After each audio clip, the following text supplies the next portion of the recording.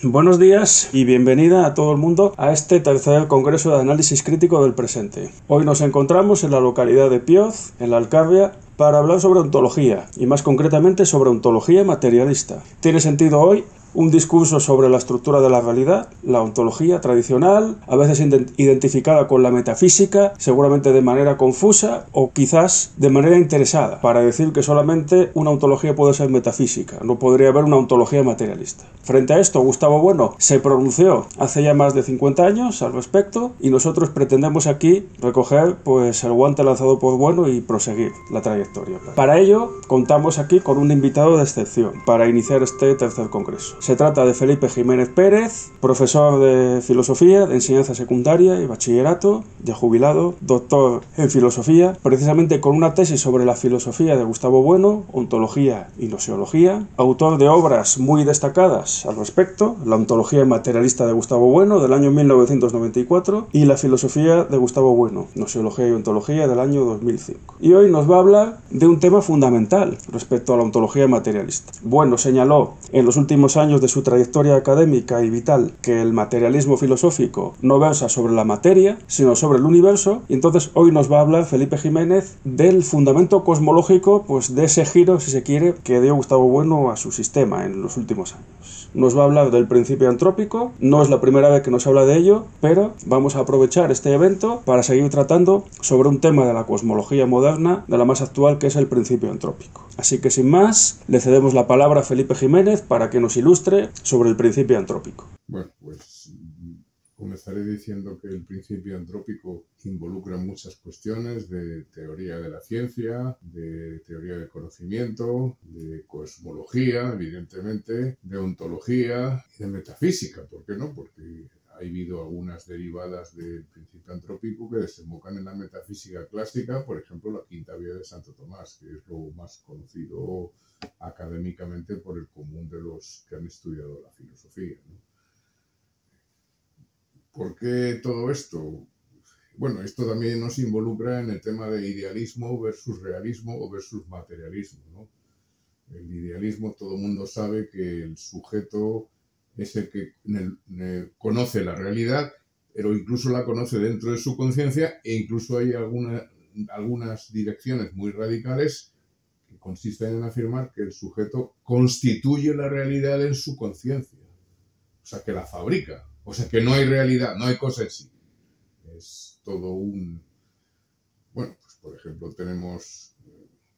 Voy a poner el ejemplo de Fichte.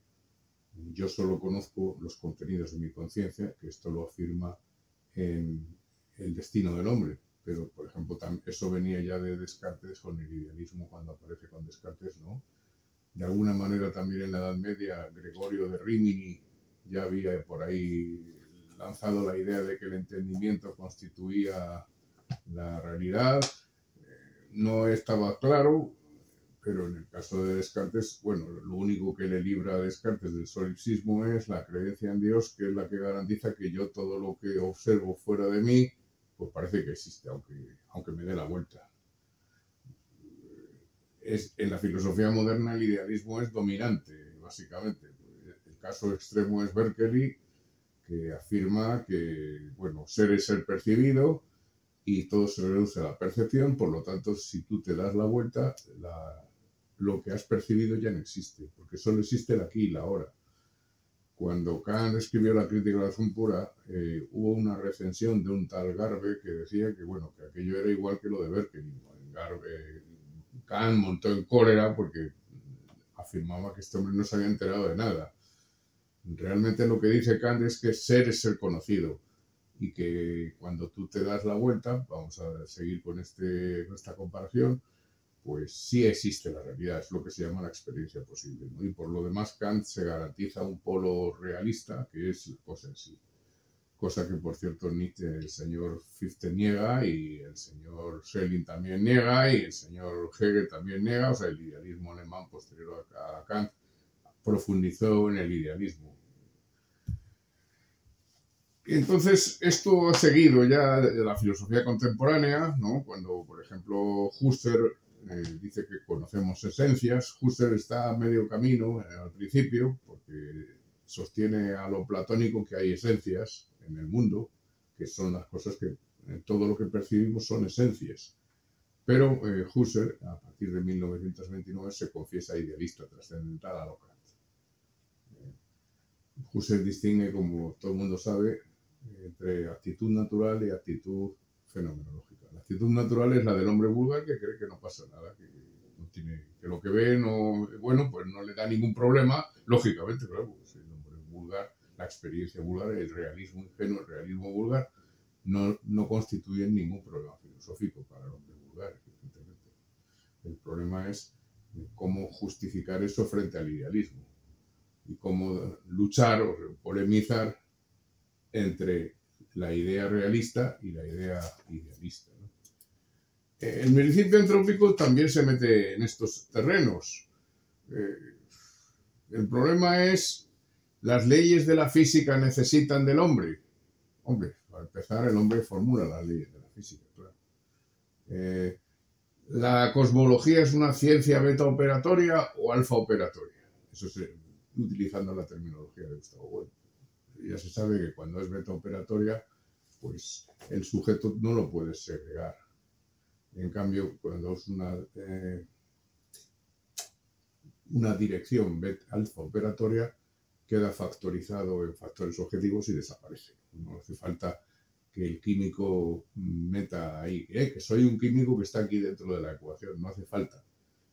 Pero a nivel del universo, claro, la cosa puede cambiar, puesto que el universo necesita que alguien lo observe.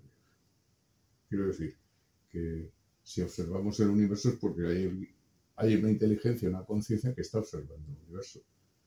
Y de alguna manera el universo depende del observador, porque si no hubiera observador, pues ya me dirán ustedes qué aspecto tendría el universo si nadie lo observara. Es el tema de la cosa así, como siempre, ¿no?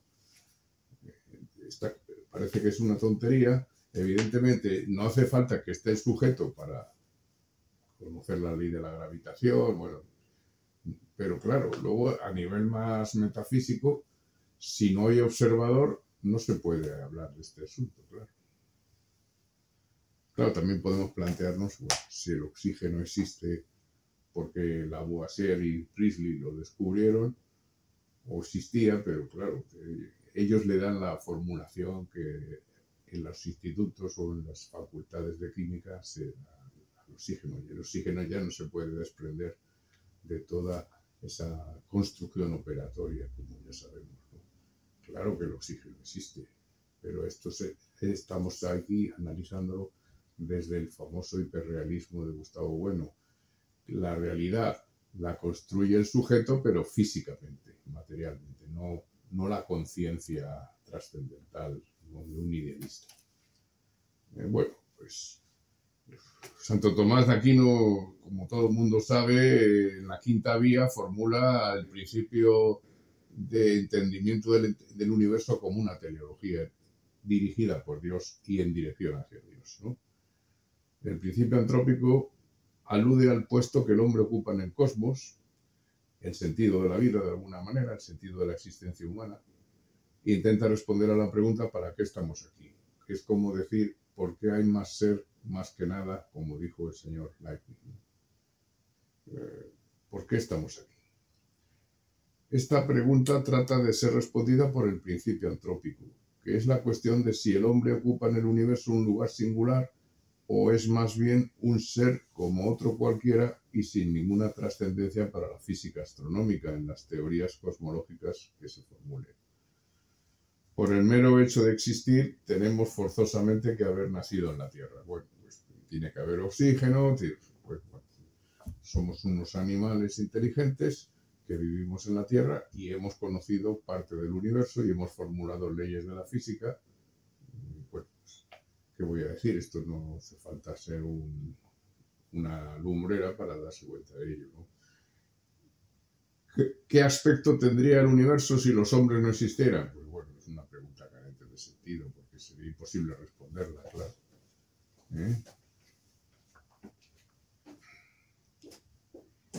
Esto es un ejemplo de razonamiento antrópico, ¿no? Si no existen los hombres, pues no se conoce el universo. Usar nuestra propia existencia para deducir algo sobre la región del universo en donde nos encontramos, eso se llama hacer uso de un razonamiento antrópico. Los hombres solo pueden habitar regiones del universo que permitan la presencia de observadores, o sea, que permitan que haya vida inteligente. A esto se lo conoce como principio antrópico, como he dicho antes. El principio antrópico, en el fondo, trata de dotar de sentido al universo desde una perspectiva humana, ¿no? El universo tiene sentido porque el hombre existe y lo conoce. El principio antrópico parte de la reflexión sobre lo delicadas que son las condiciones necesarias para que haya vida en el universo y de la admiración que brota ante el hecho de que la vida no habría podido aparecer si alguna de las constantes de la naturaleza tuviera un valor ligeramente distinto. Por lo demás, como decía Kant, no tiene sentido, como he dicho antes, pensar un objeto al margen del sujeto cognoscente que lo constituye trascendental e idealmente. O en el caso de Gustavo Bueno, del sujeto que lo fabrica material y operatoria y constructivamente.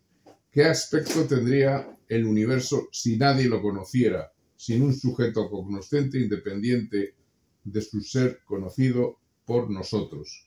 Esta es una pregunta, como he dicho y repito, que carece de sentido, no tiene sentido. Por eso el principio antrópico es tan importante e involucra el tema de la teoría del conocimiento y la polémica entre idealismo y realismo que invade toda la historia de la filosofía, ¿no? Desde que se empezó a entender que hay propiedades del universo necesarias para la vida, ha habido un interés creciente por lo que ha llegado a conocerse como el principio antrópico, lógicamente, porque el problema del conocimiento sigue aquí presente, ¿no?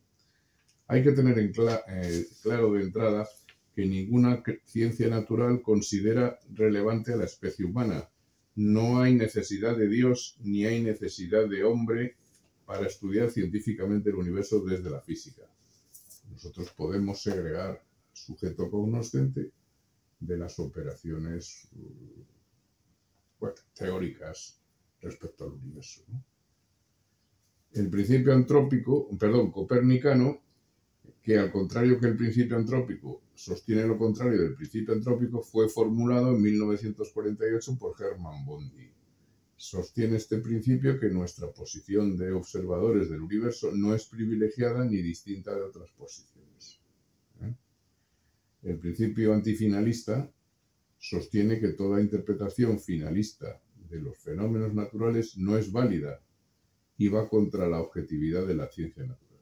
O sea que desde un punto de vista categorial todo esto sobra. El principio antrópico, en cambio, es un principio filosófico, ontológico, metafísico, gnoseológico. Por ahí van los tiros. Más bien, tiene más que ver con la filosofía que con la ciencia estricta. Es finalista y antropocéntrico, claro. Tal principio afirma que las condiciones físicas de la Tierra han sido tales que han hecho posible la evolución de las especies y el surgimiento de la especie humana. Stephen Hawking afirmaba que el principio antrópico consistía en afirmar que vemos el universo en la forma que es porque nosotros existimos. Es la mejor prueba de que el principio antrópico tiene validez de alguna manera. Nos podemos plantear la siguiente pregunta. ¿Por qué es tan grande el universo? Es una pregunta metafísico, bueno, también incluso categorial, claro. La respuesta desde el principio antrópico podría ser así, porque si fuera significativamente más pequeño no estaríamos aquí para observarlo. ¿Por qué tiene el espacio 3 dimensiones? ¿Por qué es nuestro universo apto para la vida? ¿Por qué estas leyes de la física y no otras? Son cuestiones que, como todo el mundo puede imaginarse, pues filosóficas, que rebasan el marco categorial de la ciencia astronómica, ¿no? Con el surgimiento de la teoría de cuerdas comienzan a ganar peso estas preguntas. Algunos físicos empezaron a plantearse si los valores de las constantes físicas, como la carga del electrón, tenían alguna razón de ser. Paul Davies y Martin Rees apuntaron a que parecía que el universo estuviese diseñado para la vida, como si alguien hubiera estado jugando con las constantes, probando distintas combinaciones hasta encontrar una que fuera compatible con nuestra aparición. Cambios minúsculos en estas constantes daban lugar a consecuencias catastróficas para nuestra existencia. Vivimos en uno de los pocos universos que la permiten. A esta coincidencia se la suele llamar ajuste fino de las constantes. El multiverso permite al principio antrópico dar una explicación adecuada, a pesar de que es posible aplicar el principio antrópico sin asumir una multiplicidad de universos. Este pierde gran parte de su utilidad. El principio antrópico y las teorías con múltiples universos son dos caras de la misma moneda. Fue Brandon Carter, en 1973, quien utilizó por primera vez el término principio antrópico, y en su artículo de 1974 distinguió él mismo entre el principio antrópico débil y el principio antrópico fuerte. Brandon Carter es quien plantea todo el problema de una sola vez y lo tematiza. La posición del observador es necesariamente especial, al menos en cuanto que ciertas condiciones son necesarias para su existencia. El principio antrópico, tal y como lo formula Carter, reza así: lo que podemos esperar observar tiene que estar limitado por las condiciones necesarias para nuestra presencia como observadores.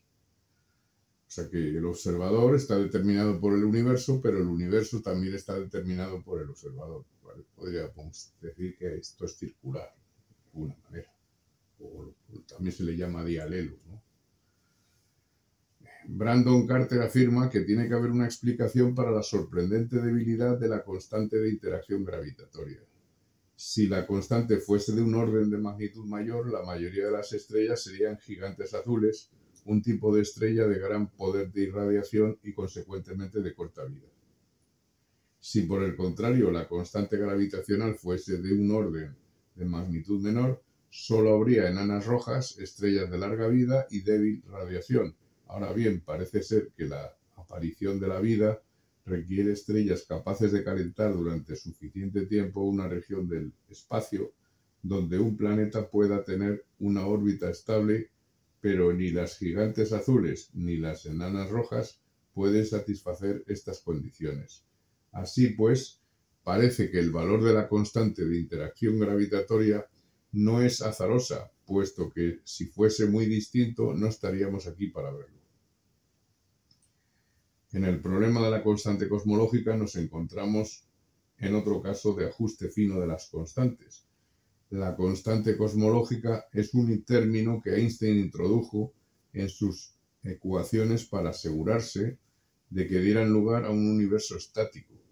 Puede imaginarse como una energía que se esparce por todo el cosmos, causando un efecto repulsivo que neutraliza la atracción gravitatoria.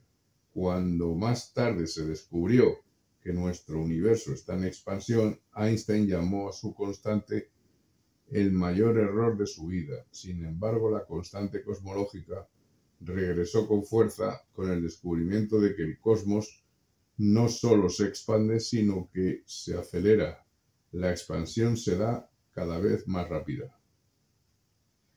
La constante cosmológica era capaz de dar vida de la expansión acelerada del universo, pero introducía otro problema. Los cálculos de su valor estaban muy lejos del resultado experimental. Se suele decir que se trata de la mayor discrepancia de la historia entre teoría y experimento. Hasta la fecha nadie ha sido capaz de calcular el valor de la constante cosmológica usando argumentos puramente físicos. El número que se obtiene experimentalmente es muy próximo a cero, pero no nulo. En cambio, los cálculos suelen arrojar valores o bien enormes o bien son cero.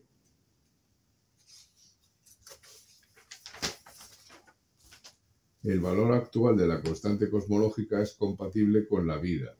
Dada la falta de explicación física para el fenómeno, algunos físicos empezaron a plantearse si nuestra existencia podía tener algo que ver con lo observado.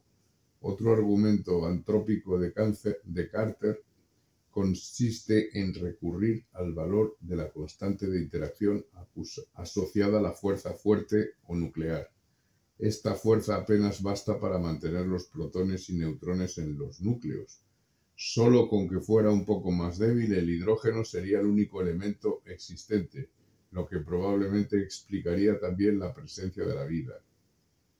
Hace unos años antes que Carter, ya Dicke había postulado un punto de vista antrópico. Según Dicke, la edad del universo ofrece un valor tan elevado porque si su valor fuera mucho más pequeño no estaríamos aquí para observarlo.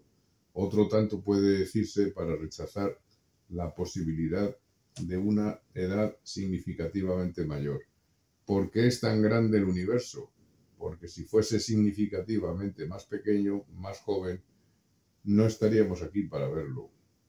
El principio antrópico afirma que solo un universo compatible con la vida da lugar a observadores como nosotros. Así pues, el universo tiene que ser compatible con la vida o no estaríamos aquí para verlo. Collins y Hawking conocieron una versión inédita anterior y del artículo de Dicke en 1961 y publicaron un artículo al respecto en 1973. Como bien dice Gustavo Bueno, el principio antrópico considera al hombre como figura implicada en el arjé o en el telos del universo, concebido como un proceso evolutivo monista. Sin embargo, pudiera haber otras versiones con sentido, pero sin Dios, en un multiverso de infinitos universos paralelos, como sugieren Everett o Hawking, Gath o Barrow. Entonces podría prescindirse del aspecto más teleológico y concluir en un sentido al estilo del eterno retorno de lo idéntico de los estoicos y de Nietzsche con repeticiones infinitas. Es una filosofía esta, la del principio antrópico, que ha sido sugerida por Dicke y Carter. En esta aproximación se postula que no hay un universo, sino todo un conjunto infinito en acto de universos con todas las condiciones iniciales posibles. Es la tesis del conjunto de múltiples universos propuesta por Carter. Leibniz estableció su teoría de los mundos posibles, que consiste en afirmar que hay infinitos mundos posibles, pero Dios elige el mejor de los mundos posibles, que es el único que existe. Esto lo hace Dios como resultado de un cálculo con infinitas variables. Los mundos no solo han de ser posibles, sino que tienen que ser composibles en su arquitectura interna. Prosiguiendo con el principio antrópico y las cuestiones y datos con él relacionados, una de las características más llamativas del universo es su isotropía o uniformidad a gran escala intergaláctica. ¿Por qué es isótropo el universo? Hawking y Collins plantean en 1973 un número de universos muy grande, con todas las combinaciones posibles. Sobre esto la filosofía clásica ya había pensado antaño. Según Leibniz, el entendimiento divino es el país de los posibles, y estos posibles agotan todas las combinaciones de las ciencias. Hawking habla de selección natural de universos. La respuesta a la pregunta de por qué es isótropo el universo es sencillamente que porque estamos aquí. Leibniz afirma que vivimos en el mejor de los mundos posibles porque este es el único que existe. Y este es el único que existe porque es el mejor de los mundos posibles. El hecho de que hemos observado que el universo es isótropo es, por tanto, solo una consecuencia de nuestra propia existencia. Con ello obtenemos ya un esquema general adecuado del funcionamiento de la explicación antrópica. La respuesta a la pregunta de por qué es isótropo el universo es sencillamente que porque estamos aquí. Esta es la explicación antrópica, ¿no? Explicar algunas cuestiones recurriendo a la existencia de un observador inteligente, de los hombres en este caso. Indudablemente, el descubrimiento cosmológico más importante de los últimos 30 años ha sido la detección de la radiación de fondo de microondas. el rasgo más notable de esta radiación es que parece ser casi completamente isótropa. Hay un posible momento dipolo de anisotropía con amplitud de alrededor 0,1%, y si esto se confirmase probablemente se debería al movimiento del Sol alrededor de la galaxia y al de la galaxia alrededor del supercúmulo local, más que algún tipo de inhomogeneidad o anisotropía a gran escala en el universo. Afectarían a la radiación y la harían aparecer anisótropa para nosotros. Lawrence y Samosi, 1974, afirman que la existencia de vida y conciencia humanas requiere que el principio de exclusión de Wolfgang Pauli, principio de los indiscernibles de Leibniz, actúe durante tiempos cosmológicos. Podemos ahora restringir más las fluctuaciones de rigor usando un argumento antropocéntrico similar a los usados en el pasado por Dicke y Carter en su obra inédita La extensión de la vida y conciencia humanas requiere que el principio de exclusión de Pauli actúe durante tiempos cosmológicos. El núcleo de los diversos elementos de los que nosotros estamos construidos tiene que haber existido al menos durante la edad del sistema solar, y la estructura de estos núcleos depende del principio de Pauli, que se basa en la indistinguibilidad de protones y electrones. Si las masas de estos nucleones difirieran por una cantidad detectable, las partículas ya no serían indistinguibles y el principio de Pauli se vendría abajo. Hawking y Collins buscan una razón suficiente para responder a la cuestión de por qué el universo es isótropo y recurren a una argumentación antrópica que, como puede advertirse, es una tautología. Esto es cierto, pero no es un modo de salir de la dificultad con el que estemos muy felices.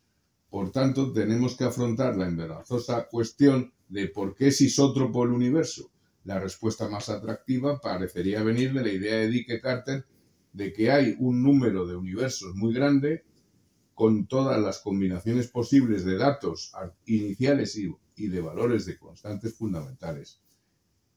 En los universos con menor velocidad que la de escape, las perturbaciones de densidad pequeñas no tendrían tiempo de desarrollarse en forma de galaxias y estrellas antes de que el universo recolapse. En los universos con una velocidad mayor que la de escape, las pequeñas perturbaciones de densidad tendrían todavía más que la velocidad de escape y de este modo no formarían sistemas ligados. Es solo en los universos que tienen muy aproximadamente la velocidad de escape donde cabría esperar que se desarrollaran galaxias, y hemos descubierto que tales universos se aproximarían en general a la isotropía. Dado que parecería que la existencia de galaxias es una condición necesaria para el desarrollo de vida inteligente, la respuesta a la cuestión de por qué el universo es isótropo es porque estamos aquí. Entonces, el hecho de que hemos observado que el universo es isótropo es, por tanto, solo una consecuencia de nuestra propia existencia. Por su parte, Carr y Rees afirman que hay unas constantes en el universo sobre las que conviene llamar la atención. Primero, la constante de estructura fina electromagnética, la constante de estructura fina observacional y la razón de las masas de un electrón a un protón. Hay algunas conexiones o interconexiones entre las mismas en las estructuras menores que el átomo. La estructura del mundo físico se manifiesta en muchas escalas diferentes, que se extienden desde el universo en la escala más grande, bajan a través de las galaxias, estrellas y planetas, hasta las criaturas vivas, células y átomos. Cada nivel de estructura requiere para su descripción y explicación una rama diferente de la teoría física, de modo que no siempre se aprecia cuán íntimamente están relacionadas. Aquí mostraremos que la mayoría de las escalas naturales están determinadas hasta un orden de magnitud solo por unas pocas constantes físicas.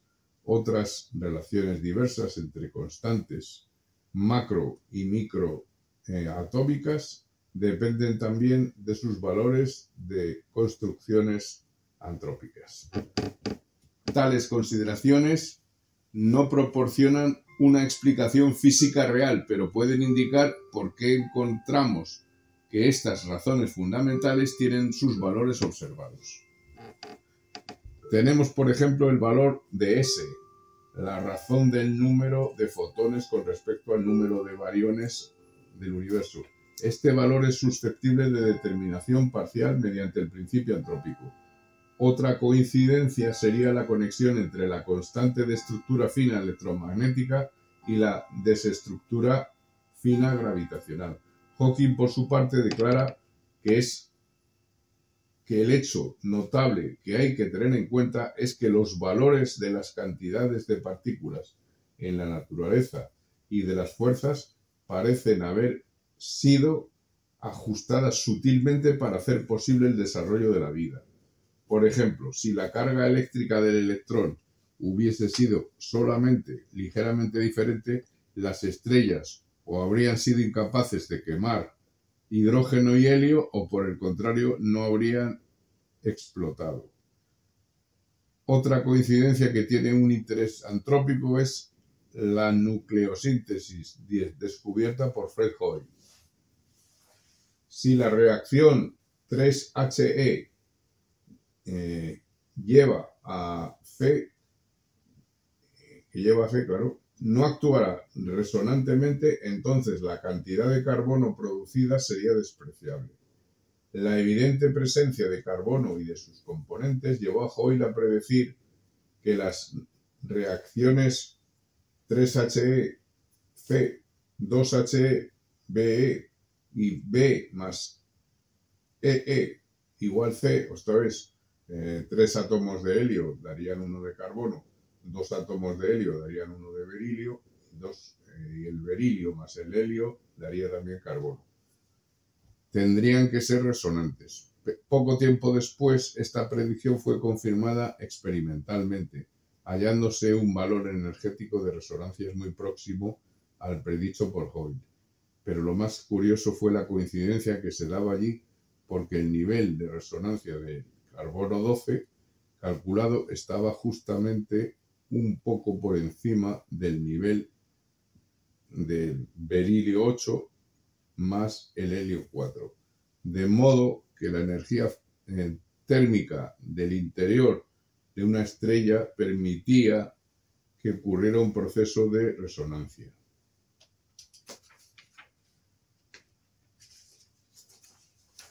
Por otra parte, si se añadiera otro núcleo de helio 4 al carbono 12, se obtendría oxígeno 16. Si esta reacción fuera resonante, entonces todo el carbono se transformaría rápidamente en oxígeno. Sin embargo, y por una coincidencia, el nivel de energía del núcleo de oxígeno 16 está justamente un poco por debajo del nivel de energía total del carbono 12 más el helio 4. Dado que las energías del interior de una estrella son positivas, no es posible en ningún caso alcanzar el nivel de resonancia del oxígeno. Carr y Rees han influido notablemente en Barrow y en Tipler. Por lo demás, Dyson afirma: no sería sorprendente si resultara que el origen y destino de la energía del universo no pueden ser entendidos por completo aisladamente del fenómeno de la vida y de la conciencia. Steven Weinberg hace uso del principio antrópico para justificar el que la constante cosmológica debería tener un valor pequeño, pero no nulo. La idea de Weinberg era que nuestra propia existencia condiciona el universo que observamos.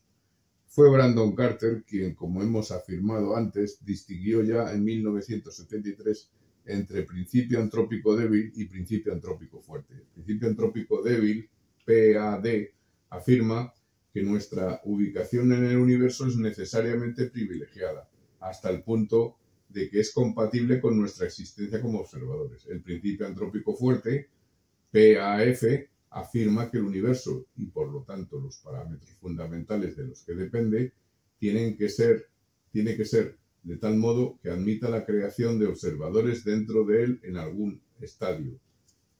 Ambos principios son tautológicos, como se ve. Además, llegamos así a una proposición metafísica, no científica, a la que no hay forma de verificar. La mayor parte de las objeciones hechas al principio antrópico se refieren sobre todo, al principio antrópico fuerte, popularizado por Frank Tipler y por el matemático John Barrow. En el principio antrópico cosmológico, con este libro, se produjo la especulación metafísica en torno al principio antrópico. Se afirma en el libro que las leyes del universo tienen que ser tales que permitan la vida. O sea, que la vida es la causa de las leyes del universo y no al revés. Aparecía la causa final y por lo tanto la quinta vía de Santo Tomás de Aquino. Tipler y Barrow sugieren precisamente que tiene que existir al menos un universo que dé lugar a la vida inteligente. Ellos además acuñan dos nuevas formulaciones para los principios antrópicos débil y fuerte, que llevaban al extremo las ideas de Carter.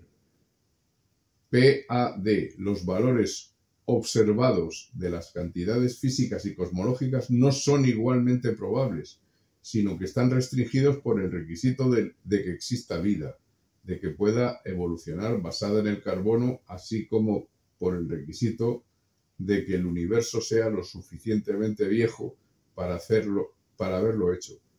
Este principio antrópico es más cercano al principio antrópico fuerte de Carter.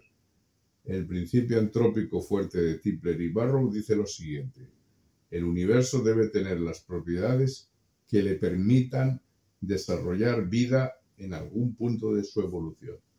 Además, la cosa no queda ahí. Se discuten tres interpretaciones del principio antrópico fuerte. Primera, hay un universo posible diseñado con el objeto de generar y mantener observadores. Segundo, se necesita un conjunto de otros universos para que exista el nuestro. Tercero, los observadores son necesarios para que el universo exista. El principio antrópico débil es una puntualización trivial al principio copernicano. La justificación del principio antrópico débil parece trivial. Si nuestra situación espacio-temporal no fuese compatible con nuestra existencia como observadores, no estaríamos aquí para observarlo. Según Carter, el principio antrópico débil sería una forma particular del teorema de Bayes. Este teorema distingue entre probabilidad a priori y a posteriori de una hipótesis dada antes y después de que sea tomado en cuenta un aspecto de evidencia relevante.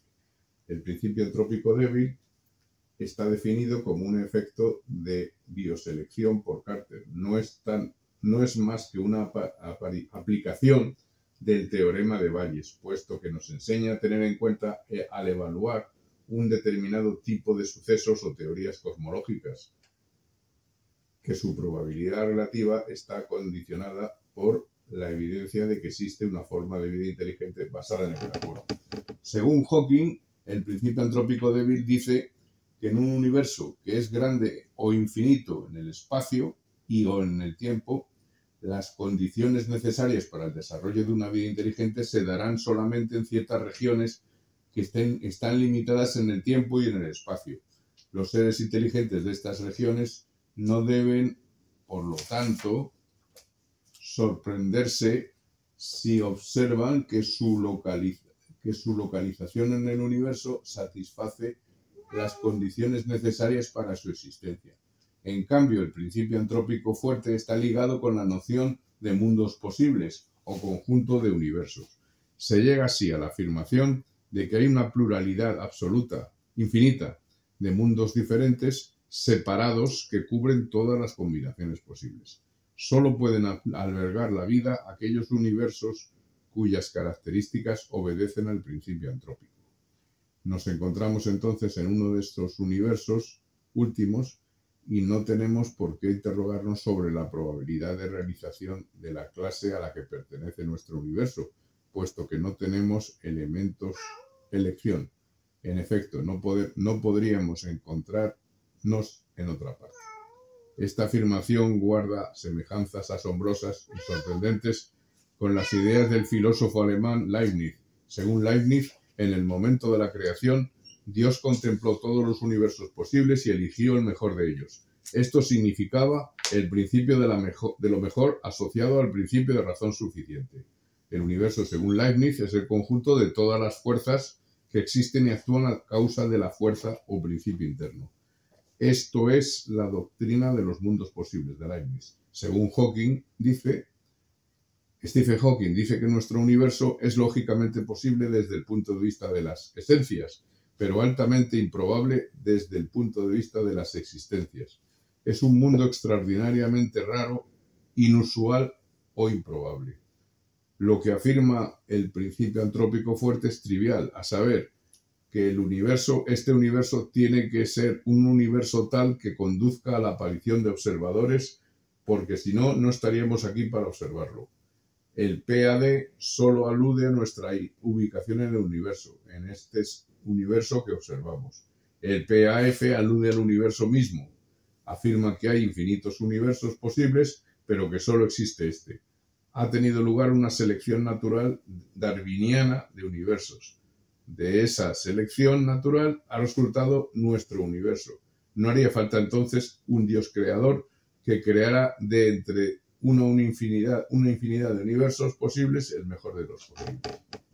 Según afirma Hawking, el principio antrópico fuerte establece que o hay muchos universos diferentes o muchas regiones diferentes de un mismo universo, cada uno con su propia configuración inicial y tal vez con su propio conjunto de leyes de la ciencia.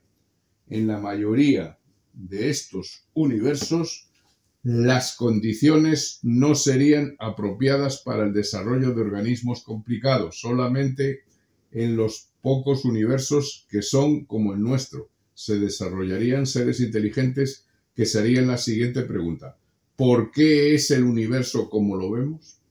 La respuesta entonces es simple: si hubiese sido diferente, nosotros no estaríamos aquí. Son argumentos muy parecidos a Leibniz, claro. Cuando Leibniz dice que este es el mejor de los mundos posibles porque es el único que existe. ¿Y cómo sabemos que es el único que existe? Porque es el mejor de los mundos posibles. Bueno, al final, el argumento de Leibniz se parece sorprendentemente a estos argumentos antrópicos. Hawking afirma que las constantes de la naturaleza pueden tomarse o bien como prueba de un propósito divino en la creación y en la elección de las leyes de la ciencia, o bien como sostén del principio antrópico fuerte. Hawking es un crítico de la mayor parte de estas especulaciones antrópicas metafísicas.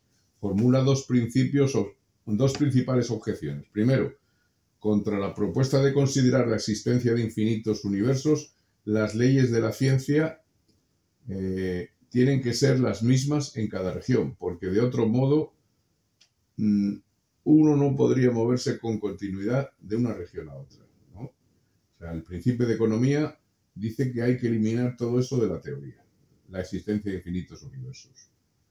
En este caso, las únicas diferencias entre las regiones estarían en sus configuraciones iniciales y, por lo tanto, el principio antrópico fuerte se reduciría al principio antrópico débil.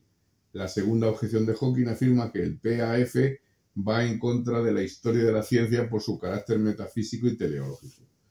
El principio antrópico débil, el PAD, señala la posición antropocéntrica privilegiada del observador humano en el único universo realmente existente. Claro. En cambio, para el PAF, este es el universo posible que realmente existe porque estamos nosotros precisamente en él. Puede haber infinitos universos, pero solo existe este, el único realmente existente, porque si no, no podríamos hablar de él. Leibniz diría que vivimos en el mejor de los mundos posibles, porque este es el único mundo posible realmente existente. Este mundo real es el mejor de todos los mundos posibles porque es el único que existe. Esto es un argumento antrópico, claro. El PAF exige una teoría de los mundos posibles. La diferencia con Leibniz es que los partidarios del PAF hablan de que todos los mismos universos posibles son reales ahora mismo, existen simultáneamente. La justificación de la multiplicidad de universos reales radica en la afirmación de que un conjunto de otros diferentes universos es necesario para la existencia de nuestro mundo.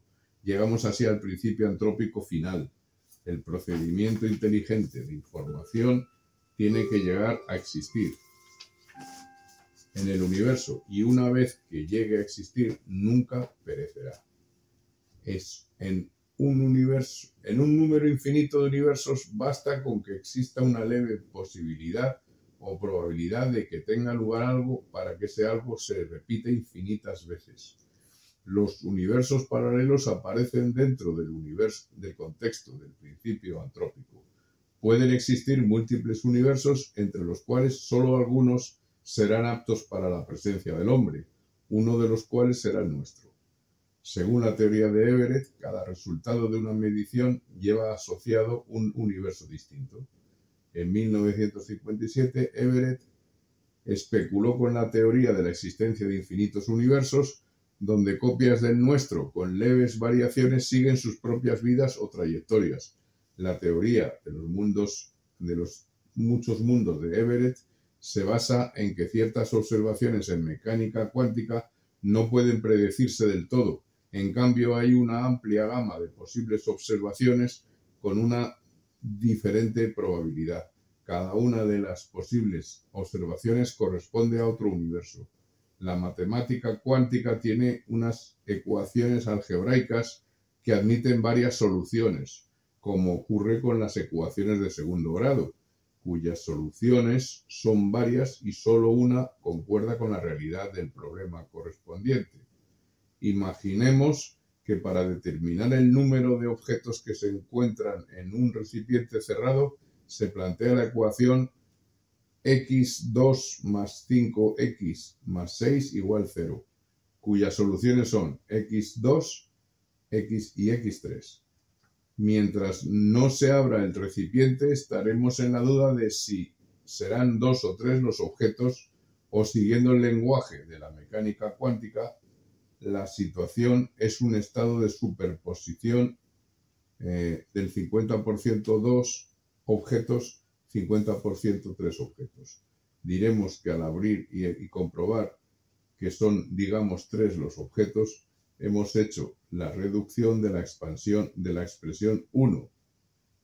Según en Everett, consecuentemente en esto, con la mecánica cuántica, al comprobarse que son 3 los objetos, al producirse la reducción de una expresión como 1, ocurre en ese instante una dicotomía de universos, uno de los cuales es el universo en el que ha ocurrido la comprobación de 3 objetos y en el otro ha tenido lugar la comprobación 2.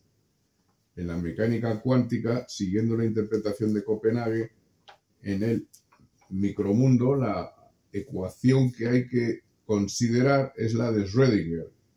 H psi igual a E psi, donde psi es la función de onda, la cual define el estado cuántico del que se trate, la cual tiene múltiples soluciones o posibilidades para psi, por lo cual cada reducción o determinación de la misma se producirá una dicotomía de universos paralelos en la concepción de Everett.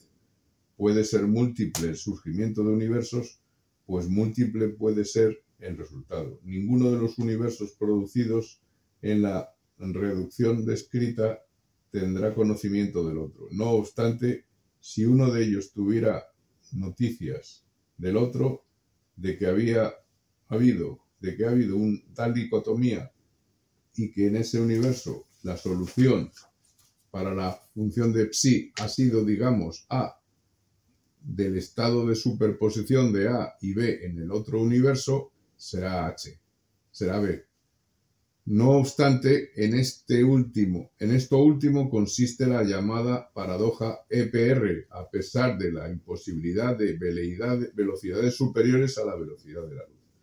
Esta es la teoría seminal precursora de la teoría posterior del multiverso o de los mundos paralelos. Al observar o decidir o medir, nos bifurcamos hacia otro universo donde habita un doble nuestro, y así hasta el infinito. Cada vez que se explora una nueva posibilidad física, el universo se divide. Para cada alternativa posible se crea un universo propio. Hoy se tiende a pensar que en una extensión infinita del espacio-tiempo nos encontraríamos con infinitos egos como el mío si pudiéramos recorrer el espacio-tiempo absolutamente. Estos dobles variarán por detalles insignificantes, o más bien también otros variarán casi infinitamente. Según John A. Wheeler, todo universo solo puede ser posible si produce vida, conciencia y observación. Los observadores son necesarios para que exista el universo. Así se formula el PAP, principio antrópico participativo. El PAP es altamente especulativo, como se puede ver, y metafísico. Wheeler se pregunta si no serán los observadores unos seres necesarios para la existencia del universo. George Ellis sostiene en 1979 que en un universo inhomogéneo y caótico contendría una multiplicidad infinita de universos en miniatura, mini-universos. El universo que observamos sería uno de ellos. Formuló así el principio antrópico cristiano según el cual Dios creó el universo para que existieran seres inteligentes, responsables y libres que fueran capaces de amar y así hacer partícipes de sus cualidades más excelsas a algunas criaturas. La doctrina de Barrow-Tipler aboca a la tesis del diseño inteligente. El principio antrópico se relaciona entonces con la tesis del diseño inteligente, con la causa final que dirige la creación del universo y su evolución. El principio antrópico fuerte afirma que existe un universo posible diseñado con el fin de generar y sustentar observadores. Esta sería la versión teleológica.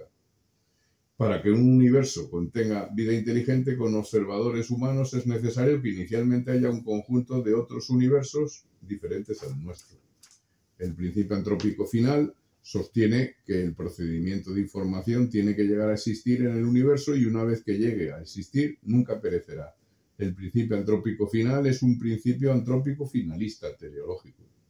Hay sentido en el universo, o al menos en algún universo, puesto que la evolución de algún universo está abocada a la aparición de la vida humana, de la vida inteligente. Para que el universo pueda ser observado, al menos algún universo podrá ser observado y podrá aparecer así una teoría del universo que en un multiverso bien podría abocar a una cantidad infinita de teorías del universo, al haber una pluralidad infinita de observadores inteligentes en diversos universos y de diversos mundos. En un tiempo infinito, con elementos en un número finito, puede producirse perfectamente el eterno retorno de lo idéntico, que sostenían Heráclito, los estoicos y Nietzsche.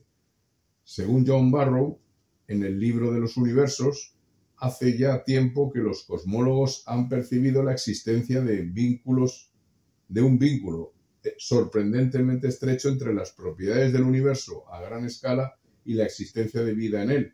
Barrow afirma que el principio antrópico no es una teoría científica cuya verdad o falsedad pueda probarse. Es únicamente un principio metodológico que impide sacar conclusiones erróneas a partir de las pruebas.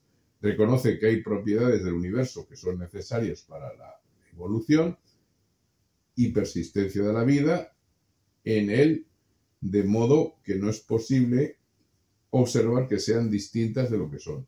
Es necesario tener en cuenta el principio antrópico, utilizarlo.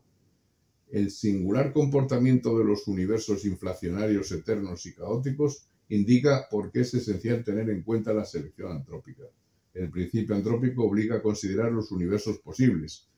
no nos queda más remedio que reconocer que los distintos universos generados por la inflación eterna podrían mostrar también físicas muy distintas. El principio antrópico, manejado por Barrow, nos obliga a limitar nuestra atención a los universos en los que pueda surgir vida inteligente y observadores conscientes. El principio antrópico es una consecuencia de la existencia de los hombres. Ya hemos dicho esto, ¿no? El principio antrópico cosmológico, 1986. En este libro del 1986, escrito por John Barrow y Tipler, ellos dan un tratamiento exhaustivo del principio antrópico, sus clases, su historia y de todas las cuestiones filosóficas y categoriales con él relacionadas.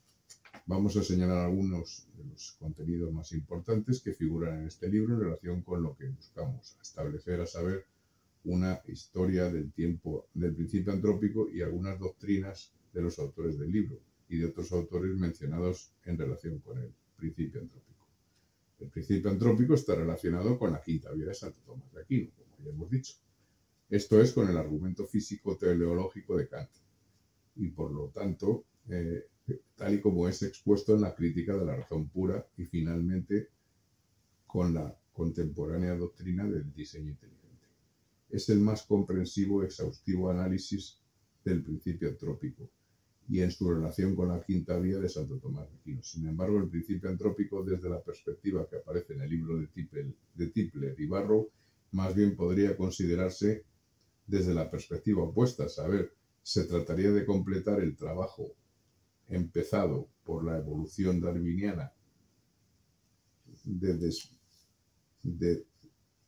desmantelamiento del argumento teleológico, mostrando que la aparición del diseño en las cantidades físicas y químicas del universo es justamente eso, una apariencia debida al factor de autoselección impuesto en nuestras observaciones por nuestra propia existencia. Si Barrow y Tipler están en lo cierto, entonces el amplio argumento de Tennant prueba no de forma más efectiva que el estrecho argumento teleológico de sus predecesores. En el prólogo, John Wheeler afirma que no es posible concebir un universo sin vida. No tiene sentido hablar sobre un universo a menos que alguien esté allí para hablar de ello. No solo el hombre está adaptado al universo, sino que además el universo está adaptado al hombre. Las leyes de la física parecen haber sido diseñadas para permitir la aparición de observadores inteligentes.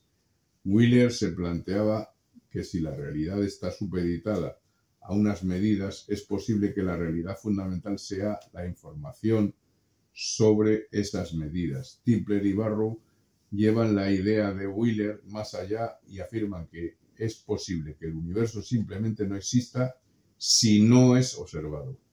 Así, el principio antrópico participativo nos llevaría al esse est percipi aut percipere de George Berkeley. Si el universo no es observado, entonces no existe. El universo nos necesita para existir. Sin observadores no hay universo. Según el principio antrópico, la vida está en el centro de la maquinaria entera del diseño del mundo. Como se puede ver, pues, todo esto tiene mucho que ver con el idealismo, ¿no? El principio antrópico es una mera tautología. El universo tiene que admitir vida en algún lugar, en algún punto de su historia, porque nosotros estamos aquí. Según Brandon Carter, el principio copernicano debe ser moderado por el principio antrópico a efectos de que nuestra localización en el universo es necesariamente privilegiada. La existencia de vida excluye otros universos. Ciertas propiedades son prerequisitos para que haya observadores que observan el universo. El universo, la ciencia, están hechos a la escala del cuerpo humano. El principio de autoselección, dice Tipler y Barrow, es la versión más básica del principio antrópico. Se está hablando aquí del principio antrópico débil. El principio antrópico en todas sus manifestaciones, pero particularmente su versión débil, es muy análogo a los argumentos de autorreferencia en matemáticas y en ciencia computacional. El principio antrópico muestra que la estructura observada del universo está restringida por el hecho de que nosotros estamos observando esta estructura, por el hecho de que, por así decir, El universo está observándose a sí mismo a través de nosotros. El santo grial de la física moderna es explicar por qué estas constantes numéricas, cantidades como la ratio de las masas de protones y electrones, por ejemplo, tienen los particulares valores que ellos tienen. El principio antrópico es una norma regulativa de nuestro conocimiento en el sentido de que nos advierte de los posibles errores que cometeríamos si no tuviéramos en cuenta el sesgo producido por nuestra propia existencia. ¿Tendrá acceso el principio antrópico ¿acaso el principio antrópico no tendrá una doble faz? Lo histórico, por un lado, evolución del universo, y lo ahistórico, leyes físicas y químicas. Posteriormente, teorías del todo, crítica, Barcelona, 1994, John Barrow añade algunas afirmaciones a sus tesis de 1986. Por ejemplo, en la página 14 declara que nuestro conocimiento del universo está influido por 8 ingredientes esenciales. En primer lugar, las leyes de la naturaleza. En segundo lugar, las condiciones iniciales. En tercer lugar, la identidad de las fuerzas y de las partículas. En cuarto lugar, las constantes de la naturaleza. En quinto lugar, las simetrías rotas. En sexto lugar, los principios organizadores. En séptimo lugar, los sesgos de selección. Y en octavo lugar, las categorías del pensamiento. El principio antrópico débil es el reconocimiento de que nuestra propia existencia requiere que se satisfagan ciertas condiciones necesarias respecto a la estructura pasada y presente del universo visible. Nuestras observaciones no deben ser tomadas como si hubieran sido extraídas de algún conjunto ilimitado de posibilidades, sino de un subconjunto ilimitado de posibilidades. Sino de un subconjunto restringido, por las condiciones necesarias para que observadores basados en el carbono como nosotros mismos puedan aparecer y evolucionar antes de que las estrellas mueran. Los cosmólogos ven el principio antrópico débil como una restricción al célebre dicho de Copérnico, según el cual el hombre no ocupa lugar especial en el universo. Pues aunque tengamos razón en no admitir el prejuicio de que nuestro lugar en el universo es especial en todos los sentidos, no deberíamos concluir de ello que nuestro lugar no pueda ser especial en algún sentido. Si negamos el principio antrópico débil, incurrimos en consecuencias erróneas. Una de las características más importantes del principio antrópico débil es que su negación conduce a conclusiones erróneas acerca de la estructura del universo. El sujeto y el objeto cognoscente son inseparables. La estructura a gran escala del universo está vinculada, en contra de lo esperado, a esas condiciones necesarias para la existencia de observadores vivos en su seno. Cuando los cosmólogos se enfrentan a alguna propiedad extraordinaria del universo, deben moderar su sorpresa preguntándose quién estaría aquí para verse sorprendido si el universo fuera significativamente diferente. Este tipo de consideración antrópica débil no es una conjetura o una teoría falsable.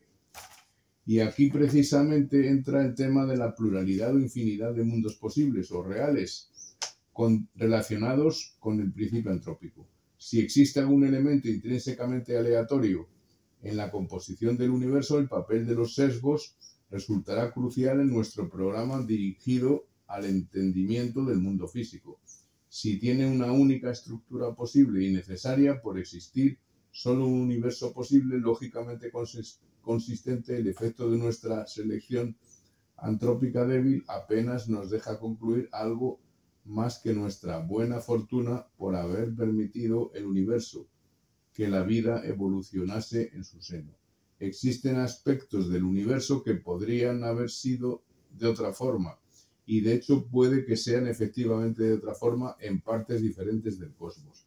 El principio antrópico débil afirma que los valores observados de todas las cantidades físicas y cosmológicas no son igualmente probables, sino que ellos toman sus valores de manera restringida por la exigencia de que haya lugares en los que la vida basada en el carbono pueda evolucionar y por el requisito de que el universo sea lo suficientemente viejo como para que ya haya tenido lugar eso. Barrow y Tipler distinguen 4 principios antrópicos: el principio antrópico débil, el principio antrópico fuerte, el principio antrópico participativo de Wheeler y el principio antrópico final de Barrow y Tipler. Es esencial tener en cuenta las limitaciones de un aparato de medición cuando uno interpreta sus observaciones. Nuestra existencia como observadores no explica el aspecto del universo. Collins y Hawking en 1973 decían, al contestar a la pregunta de por qué el universo es isotrópico, que la isotropía del universo es una consecuencia de nuestra existencia. Ello lleva al desprestigio al principio antrópico. El principio antrópico más bien sostiene que debemos observar que el universo posee ciertas características, no que el universo deba poseer ciertas características, y la filosofía antrópica sostiene que las características básicas del universo fueron traídas precisamente por nuestras observaciones. Si hubiera características en el universo incompatibles con nuestra existencia, nosotros ya no estaríamos aquí para observarlas. En su libro del año 2013, Las constantes de la naturaleza, Crítica, Barcelona, 2013, John Barrow considera el principio antrópico como su principio metodológico. Es simplemente un principio metodológico que, si se ignora o se pasa por alto, nos lleva a extraer conclusiones incorrectas. Ya hemos visto cómo John Wheeler propone el principio antrópico participativo. Finalmente, Tipler y Barrow proponen el principio antrópico final. Es solo una hipótesis que debería poderse demostrar verdadera o falsa utilizando las leyes de la física y el estado observado del universo. Se denomina principio antrópico final y propone que una vez que la vida emerge en el universo, no desaparecerá. El procedimiento inteligente de información debe venir a la existencia en el universo y una vez que haya aparecido, no podrá desaparecer. Volviendo al principio antrópico cosmológico, los autores afirman, refiriéndose al principio antrópico débil, que desde él se introduce necesariamente la idea de un conjunto de universos posibles. El principio antrópico fuerte afirma que el universo tiene que tener tales propiedades que permitan el surgimiento de la vida en alguna etapa de su desarrollo. De aquí se llega al argumento teleológico del diseño inteligente. Primera tesis. A. Hay un universo posible diseñado con la finalidad de generar y sostener observadores. El principio antrópico participativo es una segunda posible interpretación del principio antrópico fuerte. B. Los observadores son necesarios para traer a la existencia el universo. Otra posibilidad de interpretar el principio antrópico fuerte sería la C. Un conjunto de diferentes universos es necesario para la existencia de nuestro universo. El principio antrópico final y el principio antrópico fuerte son muy especulativos. Por el contrario, el principio antrópico débil es precisamente uno de los mejor establecidos principios de la ciencia, ya que es esencial tomar en cuenta las limitaciones de los aparatos de medición cuando interpretamos las observaciones de uno de ellos. El principio antrópico fuerte y el principio antrópico final sugieren de alguna manera que la mente está ligada esencialmente al cosmos. Por ello, están ligados de alguna manera a los argumentos teleológicos. El origen del principio débil lo debemos a la relación entre las constantes del universo con las condiciones para que surja la vida. La moderna forma del principio antrópico débil surgió de los intentos de relacionar la existencia de aspectos invariables de la estructura del universo con aquellas condiciones necesarias para generar observadores. El interés en las coincidencias cosmológicas, envolviendo a los grandes números de Eddington y Dirac, junto con la posibilidad de variaciones temporales en las constantes fundamentales, catalizó el desarrollo de una nueva perspectiva cosmológica, un punto de vista que condujo a los cosmólogos directamente a la forma moderna del principio antrópico. En 1957, Dicke estableció la conexión entre los factores biológicos y las coincidencias en los grandes números. Dicke y Withrow nos suministraron los primeros ejemplos de un principio antrópico débil, a saber, que ciertos fenómenos destacables de la estructura del universo eran necesarios para nuestra propia existencia. A partir de ahí, hizo su aparición el argumento del diseño inteligente, esto es, que el universo debe dar lugar al surgimiento de la vida o que está diseñado para que tenga lugar en él. Carter denominó a este principio antrópico como principio antrópico fuerte para subrayar la idea de que el universo debe ser cognoscible y admitir la creación de observadores dentro de él en alguna etapa. Este enfoque puede ser empleado para retrodict ciertos fenómenos de un universo cognoscible. Wheeler ha especulado acerca de que el universo puede ser cíclico, infinitamente alternándose la expansión y la contracción. En los infinitos ciclos sucesivos pueden darse muchos universos con vida, con observadores. El problema es que eso no es verificable. Una más atractiva posibilidad que no emplea nociones especulativas en lo que respecta a los universos cíclicos es la sugerida por Ellis. Si el universo es infinito en el espacio y en el tiempo, entonces nuestro universo ya existe. Un acontecimiento debe estar ocurriendo simultáneamente en un infinito número de lugares en el universo. Finalmente, la teoría de los multiversos de Everett, derivada de la mecánica cuántica, es un intento de superar el número de profundas paradojas inherentes a la interpretación de la mecánica cuántica y a la teoría de la medida. La mecánica cuántica requiere la existencia de un superespacio de mundos alcanzando el rango de todas las posibles observaciones. Entonces ahora vamos a pasar a hablar de don Gustavo Bueno y su principio antrópico. Gustavo Bueno, desde la perspectiva del materialismo filosófico, en el ámbito epistemológico referente a la teoría del conocimiento, distingue entre el idealismo, los fenómenos como proyecciones de formas del sujeto hacia el locus apparens, los objetos, y el realismo, los fenómenos como reflejos en mi cerebro de objetos.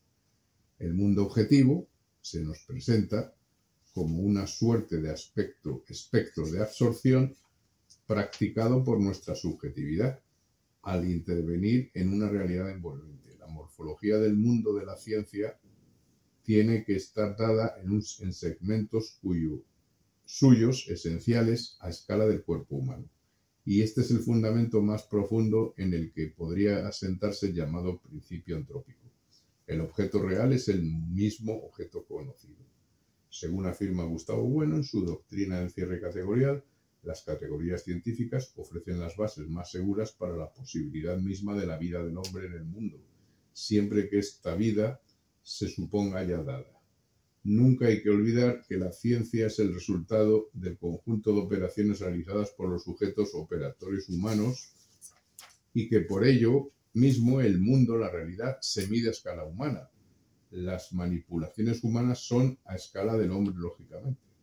Por lo demás, las relaciones existentes entre los términos de un campo noseológico de objetos materiales y que constituyen las identidades sintéticas de las ciencias tienen lugar siempre a escala de las operaciones quirúrgicas. Esto significa que tales operaciones y tales relaciones no son independientes del sujeto operatorio que las ejecuta. Esto es tanto como reconocer que las leyes de la naturaleza, que son conjuntos de esas relaciones, no son leyes metafísicas o absolutas, sino leyes naturales, centradas en torno al hombre. Es decir, leyes del mundo del hombre. Si el mundo hubiera sido diferente, los hombres habrían formulado otras leyes físicas. Esto de los infinitos mundos, bueno, pues el primero que lo formula es evidentemente Demócrito, ¿no? Demócrito tiene una teoría de los infinitos universos que están naciendo y desapareciendo continuamente, y esto supone un gran paso hacia un materialismo complejo, pluralista y acosmista. Demócrito postuló la existencia de infinitos mundos. Si hay un número infinito de átomos en un vacío infinito, tiene que haber un número infinito de mundos que se están formando y destruyendo continua y eternamente. Hay infinitos mundos que son engendrados y perecederos. Dice Demócrito que existen infinitos mundos, algunos de los cuales no son solo semejantes entre sí, sino que no hay ninguna diferencia entre ellos. Cicerón. La tesis de los infinitos universos sostenida por Demócrito es una de las más curiosas del atomismo griego. Es una verdadera anomalía filosófica en el mundo antiguo, caracterizado por su monismo y su cosmismo. En la doctrina atomista está ausente la teleología en un espacio vacío infinito y con un número infinito de átomos, y con infinita variedad de átomos. La consecuencia es clara, un infinito número de mundos. Los mundos son infinitos y diferentes en tamaño. En algunos no hay sol ni luna, en otros son más grandes que en el nuestro y en otros más numerosos. Los intervalos entre los mundos son desiguales y en unas partes hay más y en otras menos. Unos están creciendo, otros en su plenitud, otros decayendo, y en unas partes nacen y en otras perecen. Se destruyen al chocar unos con otros. Hay algunos mundos desprovistos de animales y de plantas y de toda humedad. La doctrina atomista establece que los mundos están sujetos a la generación y a la corrupción. Claro, también puede pensarse en un multiverso, en un universo infinito. Infinitud y unidad parecen incompatibles. Esto también lo dijo Parménides y Zenón, por cierto. Un cosmos infinito es una expresión contradictoria. Demócrito supone que el universo es infinito porque no ha sido creado por un ser cualquiera, afirmando además que es inmutable y expone de un modo racional cómo está constituido. Las causas de los fenómenos actuales no han tenido principio, porque las cosas presentes y futuras están absolutamente predeterminadas desde la eternidad. No hay cosmos porque no hay orden ni sentido del universo, en el caso de que se interpreta a Demócrito en el sentido de un universo único, pero infinito, como un multiverso, ni de ninguno de los universos infinitos en número existentes. Como no hay causa final, no hay ni unicidad ni eternidad del cosmos. En un vacío infinito hay innumerables o infinitos mundos, y tales mundos son distintos entre sí. Hay una infinita variedad de mundos y de universos. Y el tercer autor, que dice más o menos lo mismo, es Giordano Bruno, en el Renacimiento. Afirma que el universo es infinito, que existen infinitos mundos en su seno. No hay un mundo, sino más bien muchos. Desemboca así Bruno en un acosmismo, lógicamente. Los infinitos mundos se mueven todos sin excepción. Además, hay infinitos mundos del universo que están habitados y en ellos existen seres vivos e inteligentes. Hay que presumir que se trata también de hombres. Todos los infinitos mundos existentes son similares al nuestro. En su Del infinito universo y los mundos, diálogo quinto, se afirma respecto al espacio infinito que en él existen infinitos mundos semejantes a este y no diferentes de este en su género.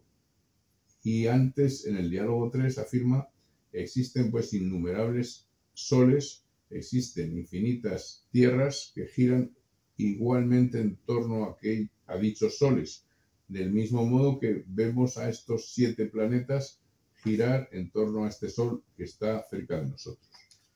Y ya finalmente, tenemos que citar a Leibniz, al cual ya lo hemos mencionado anteriormente. Según Leibniz, este mundo que existe es uno de los infinitos mundos posibles. Esta posibilidad pertenece al orden de las esencias, más que al de las existencias.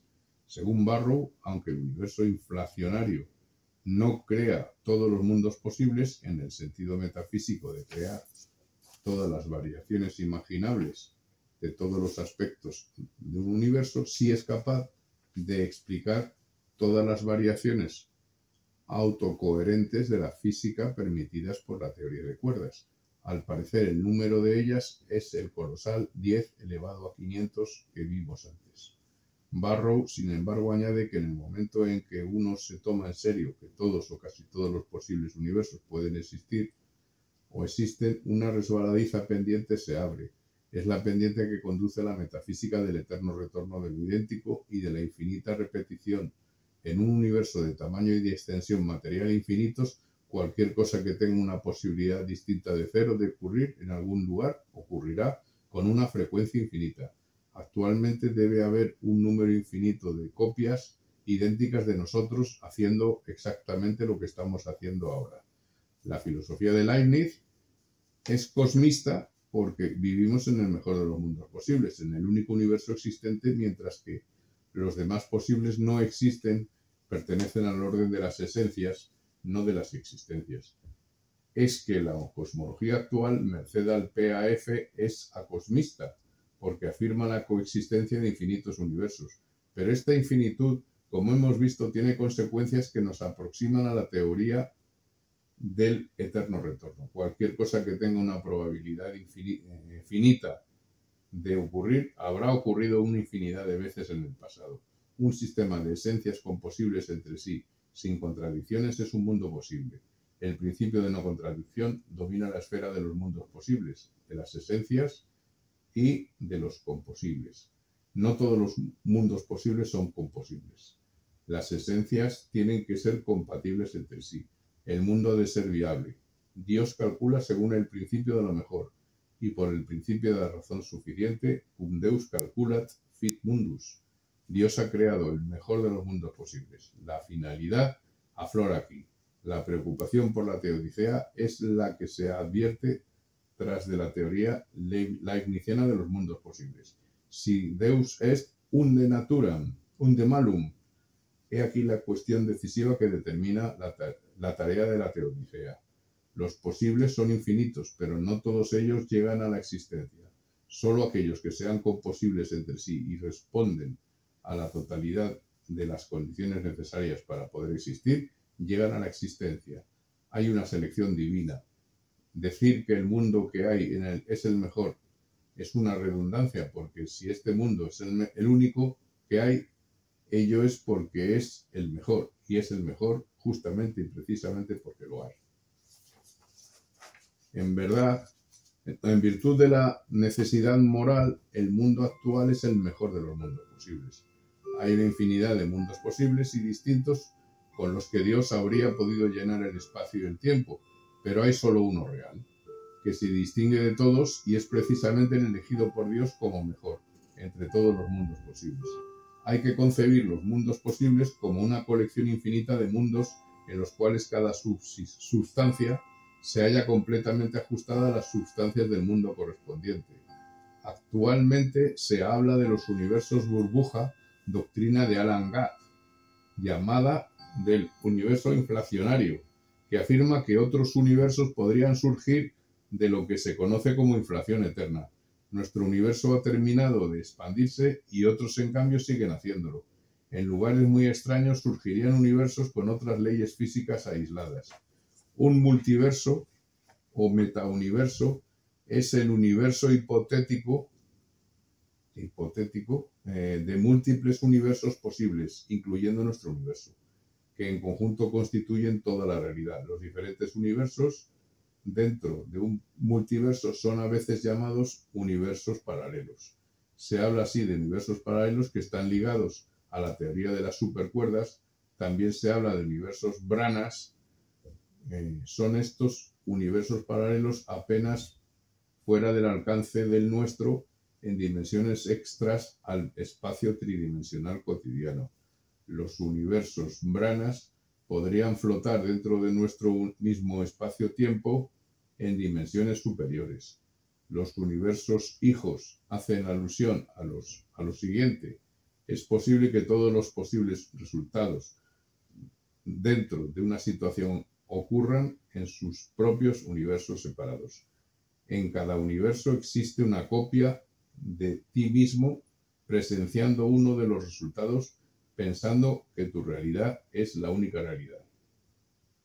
Según algunos matemáticos de Oxford, las matemáticas demuestran que los universos paralelos existen realmente. Esta noticia nos indica la importancia de estas teorías de los multiversos generados desde 1957, pero sobre todo desde hace 30 años aproximadamente, Neoteo NT 27 de septiembre del año 2007. Matemáticos de la Universidad de Oxford demuestran matemáticamente que el concepto de estructura de árbol de nuestro universo es real. Los universos alternativos son matemáticamente posibles. El doctor David Deutsch afirma que la estructura del universo contiene infinitas bifurcaciones creadas al dividirse en versiones paralelas de sí mismo que puedan explicar la naturaleza probabilística de los resultados cuánticos. La física, la línea del espacio-tiempo del universo, tendría así una estructura arborescente infinita. entonces podemos concluir que el principio antrópico se dice de al menos 4 maneras: principio antrópico débil, principio antrópico fuerte, principio antrópico participativo y principio antrópico final.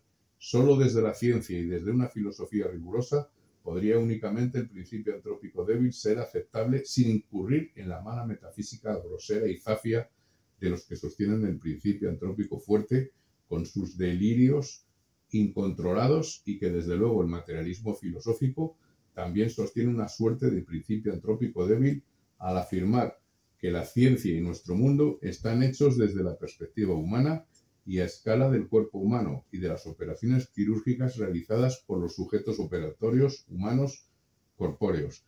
Desde el principio antrópico débil podría ser aceptable sin incurrir en una mala metafísica grosera y zafia de los que sostienen el PAF con sus delirios incontrolados. Y desde luego el materialismo filosófico también sostiene una suerte de principio antrópico al afirmar que la ciencia y nuestro mundo están hechos desde la perspectiva humana y a escala del cuerpo humano y de las operaciones realizadas por los sujetos corpóreos humanos operatorios, puesto que a fin de cuentas la ciencia es un conjunto de operaciones materiales quirúrgicas humanas. Los hombres solo pueden dividir y cortar y unir cuerpos. El materialismo filosófico ha triturado diversos mitos de la metafísica tradicional, además de nuevos mitos que se han ido incorporando a la filosofía popular. Por ejemplo, el mito de la cultura, el mito de la naturaleza, el mito del espíritu, el mito de la historia, el mito de la izquierda, el de la derecha, de la clase obrera, del cosmos. Reparemos en que las 3 ideas de la metafísica tradicional tematizadas por Christian Wolff, Dios, alma y mundo, fueron trituradas desde el siglo XVII. Gustavo Bueno Martínez hizo una trituración más exhaustiva de tales ideas. El cosmos es también una idea metafísica o un mito. El universo o cosmos no pueden ser conocidos por la ciencia. La ciencia, según la teoría del cierre categorial, no es un conocimiento, es un conjunto de operaciones materiales sobre un campo de objetos. No hay ningún cosmos, ningún universo y mundo menos aún los multiversos o una pluralidad de universos. La cosmología no es la ciencia del cosmos porque no hay una ciencia de todo, ni de la totalidad de lo real. Las ciencias siempre son parciales. No hay cosmos como totalidad, como un todo que pueda estudiarse científicamente. El todo siempre está limitado a escala antrópica. El conjunto de todos los conjuntos no es un conjunto. La clase universal de todas las clases no es una clase ella misma. El materialismo filosófico, pues, niega la idea de un universo como objeto único. En esto consiste el materialismo, en el acosmismo. La ciencia, pues, no puede conocer el cosmos. No hay tal cosmos, solo hay ciencias particulares. El mundo comprende no la realidad total, sino solo las cosas que no son accesibles. El mundus ad spectabilis. Ya está. Pues muy bien. Agradecerle a Felipe Jiménez esta charla tan interesante que suscita otras cuestiones respecto al materialismo filosófico, como es el problema del hiperrealismo. Claro, se está llegando a decir en los últimos tiempos, desde el punto de vista de algunos materialistas filosóficos, que el hombre de Neandertal no respiraba oxígeno, puesto que antes de que el oxígeno fuera construido como esencia, pues no podía existir tal cosa. Claro, esto se acerca mucho al problema del principio antrópico. Si alguien está ciego, ¿cómo puede percibir el color? Si un árbol cae, famosa paradoja Zen, si un árbol cae en mitad de la nada, ¿qué ruido hace? Pues claro, pues hace falta introducir ahí pues otros elementos. Bueno, hablaba del dialelo noseológico, es decir, suponer que las cosas han sido tal y como estamos conociéndolas y tratando con ellas ahora. Es obvio que el árbol cuando cae en el vacío hace algún ruido, aunque no haya nadie, puesto que ya tenemos noción del ruido que hace un árbol. Igualmente, pues el ciego, aunque no perciba el color, se le puede explicar a través de longitudes de onda. Entonces, bueno, este es uno de los temas, desde luego el principio antrópico, muy relacionados con el materialismo filosófico. En este caso, suponemos un principio antrópico débil, ¿no? es necesario el sujeto para poder hablar del universo, aunque el sujeto no crea el universo, esa es la cuestión, ¿no? Ni crea las cosas están ahí como fenómenos. Entonces otra cosa es el nivel de esencia, ¿no? Como en el caso de los hijos. Pues bien, no queremos alargarnos más. A la tarde pues seguiremos disertando, tendremos una charla sobre ontología materialista donde aparecerán estas y otras cuestiones del principio antrópico, el hiperrealismo, etc. Así que sin más, la sesión de la mañana la concluimos aquí. Contaremos con Felipe Jiménez en la disertación de la tarde. Así que nos vemos más tarde. Un saludo. Vale.